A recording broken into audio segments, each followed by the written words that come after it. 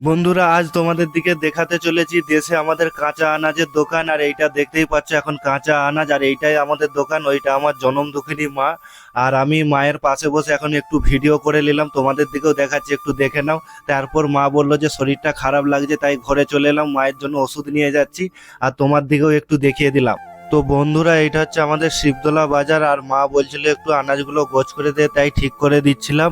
তা ঠিক করতে করতে একটা কাকিমা করলা নিচ্ছিল, তাকে ওজন করে করলা দিচ্ছে। আর তোমরা দেখতেই পাচ্ছ। তারপরে আর একটা কাকিমা আসলো, ডাঁটা ওজন করে দিল। বন্ধুরা, সোনাওয়ালারা দেশে আসলে তো বসে থাকে না, ঘরের কাজ করে। আর আমার মতো কে কে দেশে আসলে ঘরের কাজ করে অবশ্যই কমেন্ট করে জানাও। শিব চতুর্দশীর উপলক্ষে জল ঢালা হচ্ছিল, আমি ভিডিও করে শেয়ার করলাম। ভালো লাগলে অবশ্যই লাইক শেয়ার কমেন্ট করো তোমরা।